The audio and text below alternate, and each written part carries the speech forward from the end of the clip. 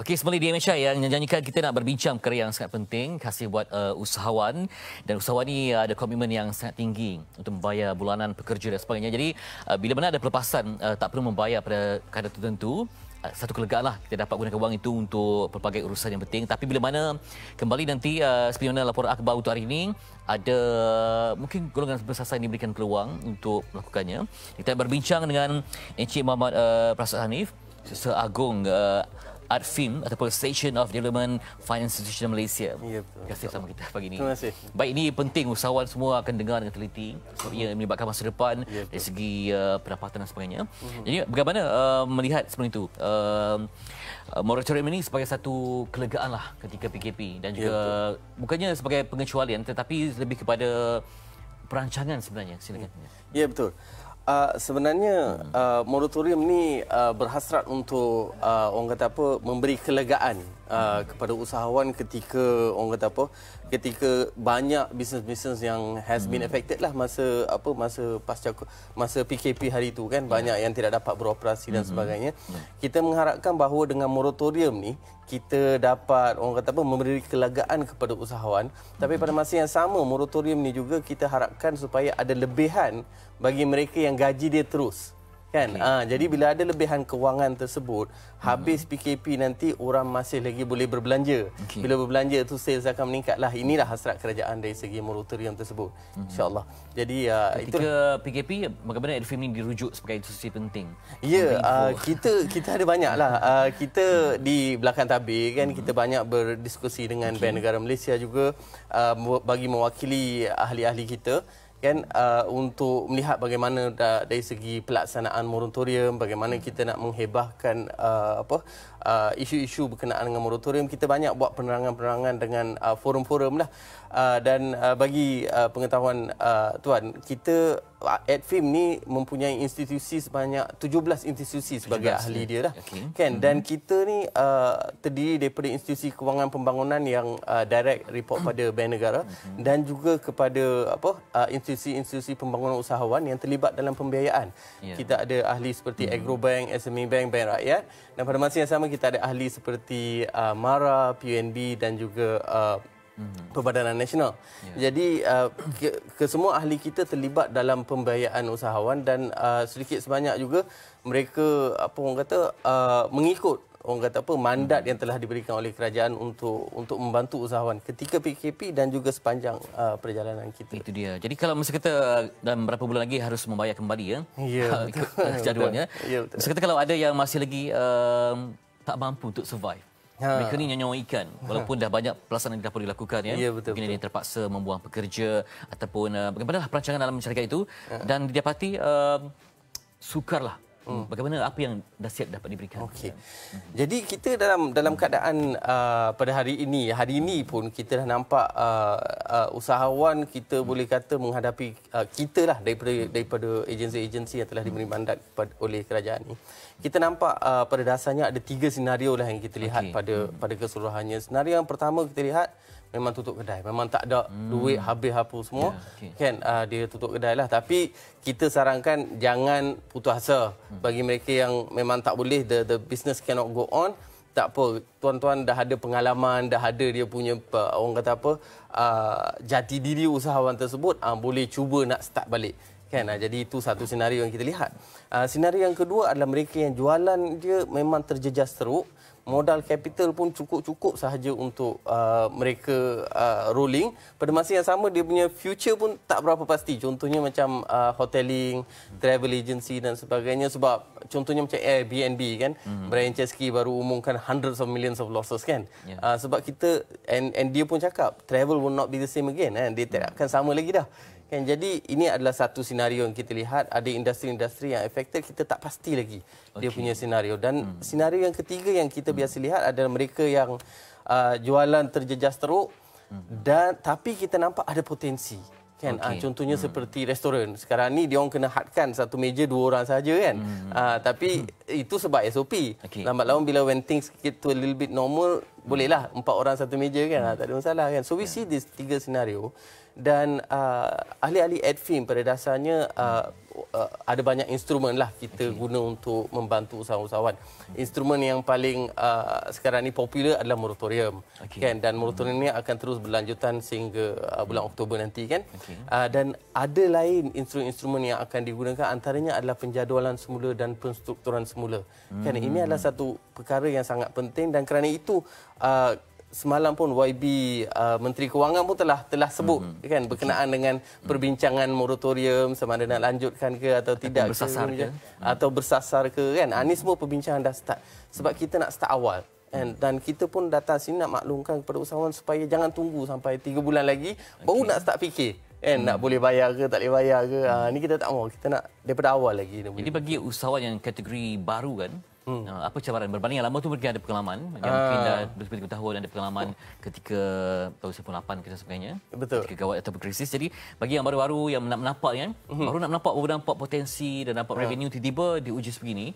Jadi apa respon ataupun aspek apa mana yang selalu mereka tekankan? Okey, jadi untuk yang baru datang ni dia yang baru masuk, yang baru nak up ni semua kan, dia kena tekan butang reset. Kan sebab undang-undang dia apa orang kata the laws of the jungle have changed orang kata kan, dia punya cara beroperasi dalam norma baru ni dah bertukar dah, so dia kena tekan butang reset. Dan saya nasihatkan bagi mereka yang masuk ni kan, this is actually a new norm, bukan setakat kepada usahawan kecil, usahawan SME, tapi kepada usahawan-usahawan yang besar, perniagaan, big businesses like Airbnb pun terkesan juga. So it's a new environment. So jangan rasa dia solo je. Rasa orang kata apa, takut everybody is facing the same thing.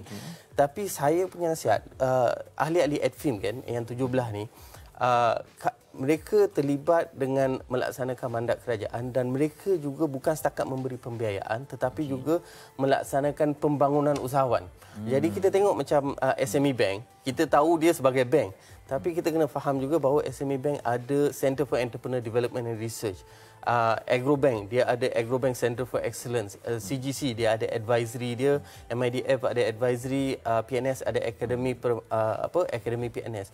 Dan saya nak sebut dekat sini, bagi mereka yang baru nak naik dan tidak pasti, buntu dan sebagainya, kesemua bahagian-bahagian di bawah ahli-ahli adfin ini fokus kepada pembangunan usahawan, dan mereka mempunyai coach dan mentor yang sangat qualified, very qualified, dan telah melihat beratusan kes for different types of situation.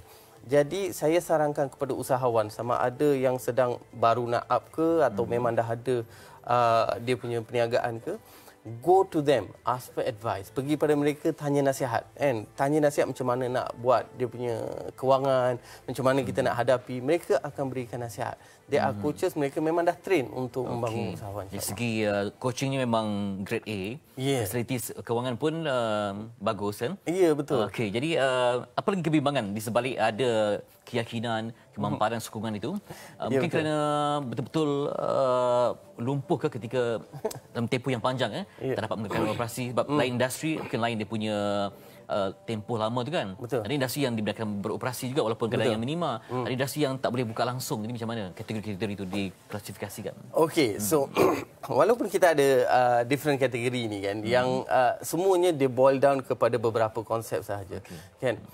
Kita sama ada, kalau moratorium dilanjutkan, alhamdulillah lah, kita semua lega sikitlah kan. Tapi kalau katalah kita kena bayar semula ataupun kita kena tengok balik penjadualan semula ataupun strukturan semula kan, everything boils dia akan boleh dirumuskan kepada beberapa perkara sahaja. Yang pertama, bila kita nak meminta pembiayaan tersebut, kita nak tahu sama ada kita mampu meyakinkan bank model perniagaan kita selari tak dengan rancangan perniagaan kita. Ini kita kena tahulah.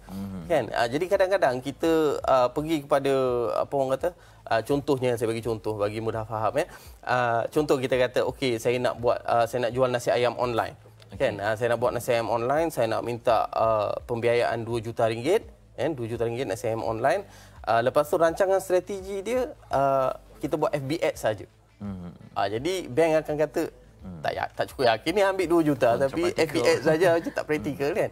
So bila usahawan pelbagai peringkat pergi approach untuk kepada institusi kewangan, tak kira lah MARA, PNB apa pun, penting model perniagaan tu mesti selaras dengan rancangan rancangan dan strategi mereka. Yang keduanya, Ni saya selalu sarankan kan, dan kadang-kadang usahawan lupa bab ni. Kan dia kena bersikap terbuka.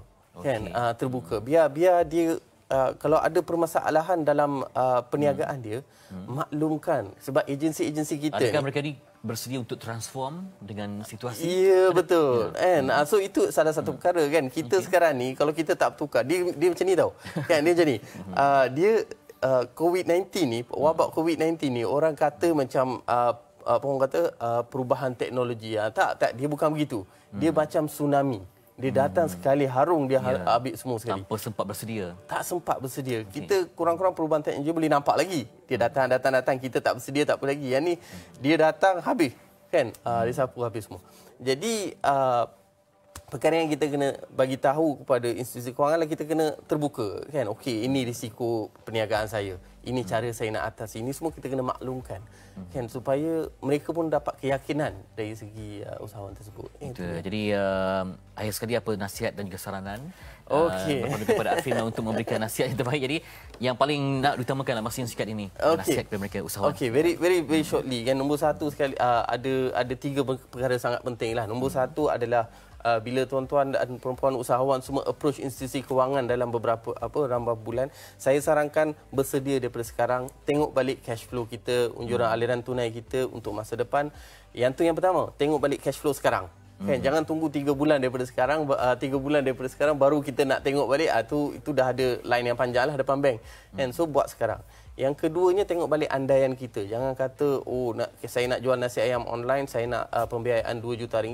Kita tanya macam mana, dia kata, alah, saya buat FB Ads 10% daripada penduduk Shah Alam, RM200,000. Kan? Seorang beli RM10. Dapatlah RM2 juta.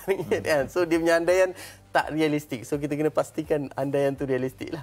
Yang ketiga adalah sensitiviti kita lah. Sekiranya benda yang tidak dijangka berlaku, apa jadi pada cash flow kita. Ini 3 perkara yang tuan-tuan dan perempuan usahawan semua kena faham dan kena buat daripada sekarang. Sebab kita jangan tunggu sampai 3 bulan. Perbincangan berkenaan moratorium dilanjutkan atau tidak, itu semua atas kerajaan. Kan? Mereka akan bincangkan dan final tip saya lah. Kan? Mulai daripada sekarang sampai 3 bulan, perbincangan akan berlangsung dan ada pelbagai perkara akan viral. Kata moratorium dilanjutkan, moratorium bersasar dan sebagainya. Benda akan viral melalui WhatsApp, orang akan forward sahaja. Saya nasihatkan berulang kali kan. Nak maklumat sahih kan, tengok daripada media-media yang sahih kan. Orang kata laman webnya, press statement, kenyataan akhbar daripada institusi-institusi kita ni kan. Jangan duk percaya kepada WhatsApp viral apa semua. Ini kita kena faham. Rujuk persatuan ya. Untuk lebih maklumat yang sahih. Terima kasih kepada Cik Muhammad Prasad Hanif yang berkongsi maklumat penting walaupun ringkas tapi kita padat dan juga faham arah tuju perbincangan ini. Sebagai Sesat Agung Arifin, Association of Development Finance Institution Malaysia, berkongsi tentang moratorium dan juga impaknya kepada usahawan dalam menempuh fasa yang cukup mencabar selepas ini. Terima kasih sekali lagi. Terima kasih. Okey.